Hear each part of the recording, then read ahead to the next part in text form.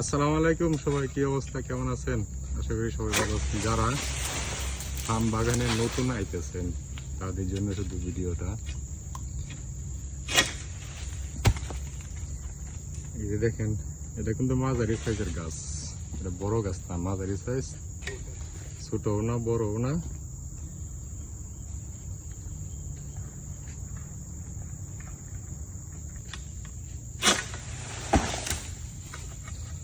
দেখতে কিন্তু খুবই সহজ, কিন্তু কাজটা কিন্তু আসলে খুবই পরিশ্রমের।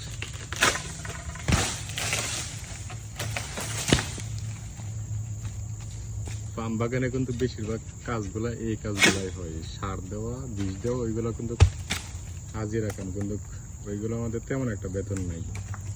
যারা ফল কাটতে পারে তাদেরই মোটামুটি ভালো টাকা বেতন দেয়।